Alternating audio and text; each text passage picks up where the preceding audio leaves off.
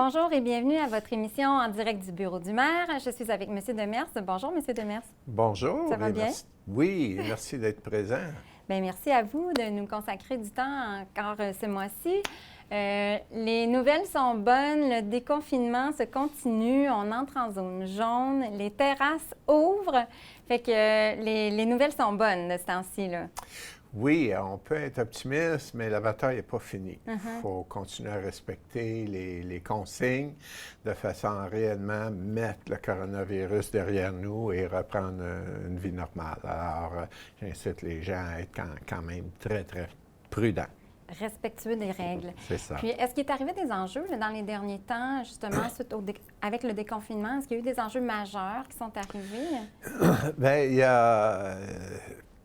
Et je comprends, là, comme les gens qui veulent se réunir, qui veulent réunir la famille ou des parties ou des événements, mais il faut quand même respecter les consignes et éviter les attroupements. Et si on est plusieurs dans un parc, garder la distanciation. Alors, si on est un peu plus rapproché, porter le masque, éviter les contacts.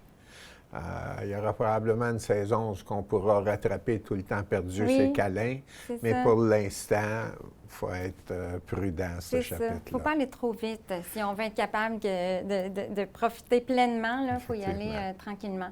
Puis justement, par rapport à ça, vous aviez quand même fait un allègement de l'encadrement par rapport aux terrasses, justement, pour aider les restaurateurs. Vous aviez Écoutez, ce qu'on a fait, c'est essentiellement 2 exercices. En début de pandémie, il y avait beaucoup d'inconnus. Fait que j'ai fait la tournée des organismes qui sont transversales, soit au niveau des commerçants, comme la Chambre de commerce, soit au niveau des organismes communautaires et des résidences de personnes âgées, tout ça, pour connaître les besoins et essayer de venir en aide où le gouvernement du Canada ou le gouvernement du Québec n'était pas présent. Okay. Alors, essayer de compléter ce que les autres font.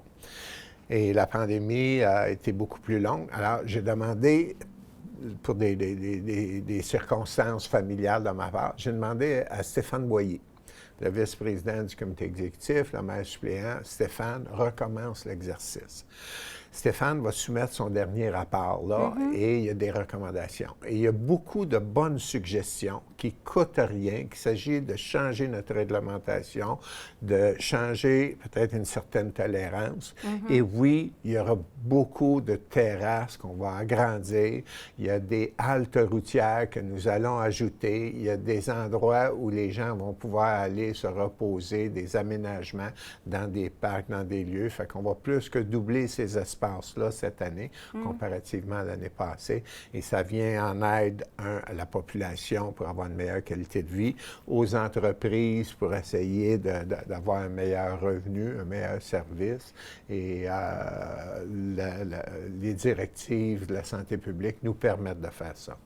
Alors oui, il y a eu un travail là-dessus et on ne prend pas pour acquis qu'on a le monopole des bonnes idées à l'Hôtel de Ville. Il y a beaucoup de suggestions qui viennent de nos commerçants. Notre principale idée, c'est pas d'attendre, c'est d'aller vers eux pour avoir des suggestions et penser avec eux quelles pourraient être les solutions. Bon, mais ça doit faire le grand bonheur des restaurateurs et des citoyens. Parce Effectivement. que les terrasses, les gens sont en allés sur les terrasses, puis ça fait du bien de pouvoir profiter de ça.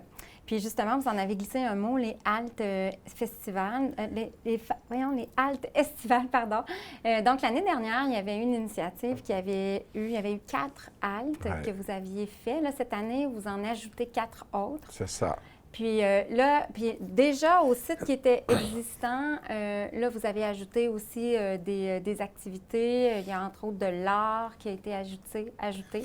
Donc, bien, encore là, c'est des suggestions qui nous viennent du monde de la culture. On travaille beaucoup avec nos organismes qui font en promotion de la culture sur notre territoire. Et effectivement, on va donner des endroits à nos artistes pour s'exprimer, faire voir leur talent et évidemment leur gagne-pain. Mais aussi, ça permet aux gens qui ont été en confinement très longtemps de sortir un peu et dans un environnement sécuritaire, de pouvoir apprécier le talent artistique de certains de nos citoyens. Alors, c'est ça. On a aussi investi une subvention importante à la Chambre de commerce pour publier, faire la promotion des attraits touristiques de Laval aux citoyens de Laval, surtout, OK, de façon à ce que les gens puissent effectivement bénéficier de ces attraits-là et en toute sécurité, c'est notre but. Et découvrir Laval aussi, parce qu'il y en a vraiment partout dans toute la région, là. On va mettre le site Internet sur l'image. Vous allez pouvoir y aller parce qu'il y a différents points d'attraction, puis les gens peuvent se déplacer, ça permet de découvrir. Effectivement, et c'est important, et on veut arriver avec un service de proximité, donc il faut couvrir toute l'île, réduire à l'essentiel les véhicules, le transport en auto. OK? Il faut amener cette mentalité-là. On va dans plusieurs villes d'Europe, des villes de Scandinavie, et on voit la présence du vélo, la mobilité active, puis tout ça. Un, c'est bon pour la santé. Deux, ça réduit les GES. Et on tente de développer la ville dans cette orientation-là. Et évidemment, non seulement ça prend des pistes cyclables, mais ça prend aussi des attractions, des centres d'intérêt, des endroits où on peut relaxer, où on peut profiter d'exposition ou du talent des autres, ou juste parler entre nous autres. Il y a eu beaucoup d'investissements dans les pistes cyclables dans les dernières années à Laval, autour de 15 millions par année. Vous avez un objectif de vous rendre jusqu'à 475 km d'ici 2031. Mais l'utilisation des pistes cyclables, est-ce qu'elle est là? Elle est là, mais c'est un changement de culture et d'habitude. Alors, ça ne s'opérera pas en dedans d'une couple de semaines. Et évidemment, on a eu un grand bouleversement avec la pandémie. Les gens ont été moins mobiles. Effectivement. Alors, les gens se déplaçaient moins. Il y avait le confinement. Il y a eu évidemment des heures où on ne pouvait plus se déplacer. Alors là, ça reprend tranquillement. Et je pense que c'est un exercice qu'on doit mesurer en termes d'années et non pas en termes de mois, parce que c'est un changement d'habitude. Mais il y a beaucoup plus de cyclistes. Selon un sondage qu'on a fait, c'est surtout en mode récréatif.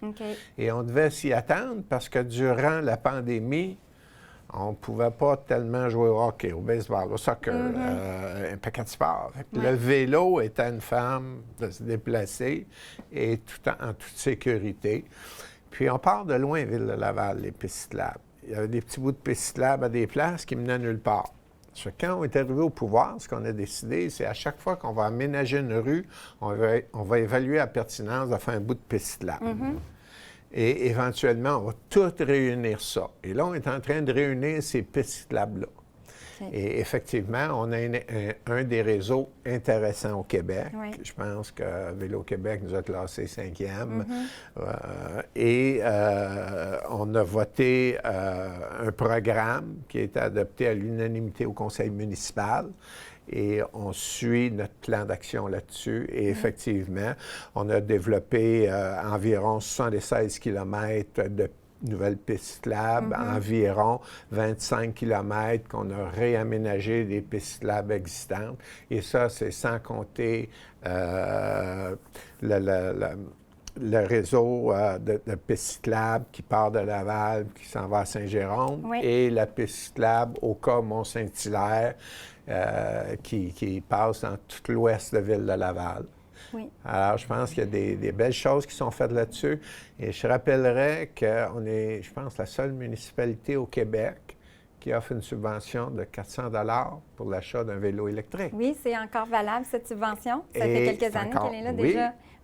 Elle est très populaire et c'est les gens de 65 ans et plus qui en profitent le plus.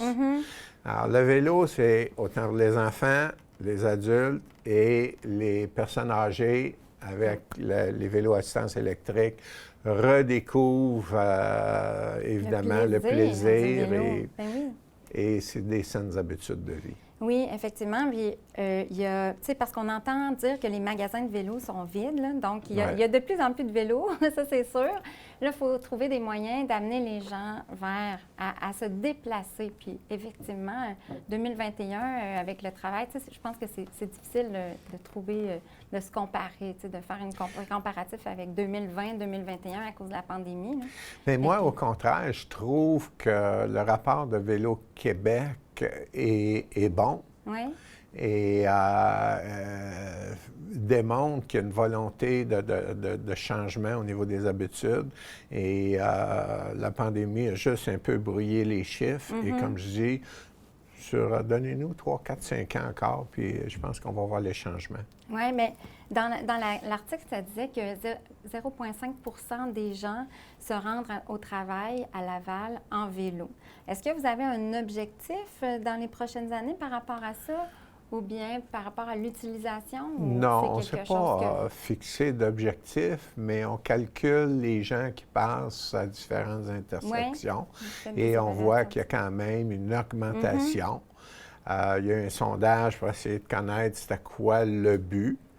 Mais oui, j'ai des ingénieurs qui travaillent à la ville. Il y en a un qui est responsable des pistes cyclables et lui, c'est une religion. Il voyage 365 jours par année en vélo pour venir au travail. Oui, il y a des mordus comme ça. Puis, mais c'est vraiment une tendance là, partout, on le voit. Là, fait que moi aussi, j'ai bien confiance qu'avec... C'est une tendance et je pense que c'est une nécessité pour toutes les grandes villes. On n'a pas le choix et on le voit en Europe et dans les pays scandinaves et ailleurs. Puis c'est ça. Puis pour que ce soit utilisé, bien, il faut que ce soit développé. Fait que, comme vous disiez aussi, le fait de relier aussi des pistes cyclables, bien, je pense que ça aussi, ça favorise. Il y a ça. Il y a aussi les aménagements, ce qui veut dire des endroits sécuriser ton vélo le temps que tu es au travail, des haltes pour se reposer aussi du vélo. Alors, il y a tout ça là, à mettre en place. Et évidemment, si on va avoir des places pour le vélo, bien, puis les vélos électriques, bien, il faut peut-être prendre des bornes électriques. Et il y a l'avenue du Bixi qui est récent à Laval. Oui. Et les chiffres sont bons pour les premières années et on va continuer à investir dans cette direction-là. Bon, bien, c'est à suivre. Fait que parlant, on continue dans l'environnement. Il y a aussi la STL pour le transport en commun qui a choisi ses partenaires pour faire l'agrandissement de ces structures.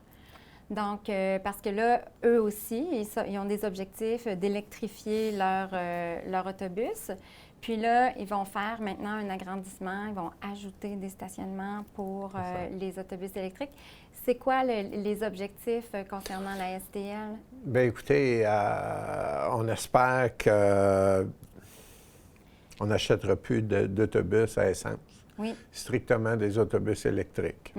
Et puisque les autobus ont une certaine durée de vie, on va garder les autobus qu'on a à l'heure actuelle qui sont en partie électricité et essence pour leur durée de vie. Donc, on espère éventuellement avoir que des autobus électriques. Oui, en 2040. L'objectif est d'avoir totalement un parc d'autobus électriques. Mais ce n'est pas juste l'acquisition des autobus qu'il faut faire. Il faut former les gens d'entretien, parce que c'est tout un autre principe, une autre mécanique, excusez. Pardon. Et avoir les garages pour les accueillir avec des bornes électriques. Et ça, on est en train de construire ça. Nous serons probablement précurseurs au Québec dans ce domaine-là. Et à l'heure actuelle, on en a 10 qui vont embarquer sur différents réseaux pour connaître les points forts et aussi les inconvénients et comment gérer ces autobus électriques-là. Non, mais c'est des gros investissements, ça, pour la Ville. Pardon. Puis, parlant d'investissement, parlant d'argent, je voulais faire un petit peu un statut de l'argent. Est-ce qu'il reste de l'argent à aller chercher, de l'argent qui avait disparu de l'administration précédente? Il y avait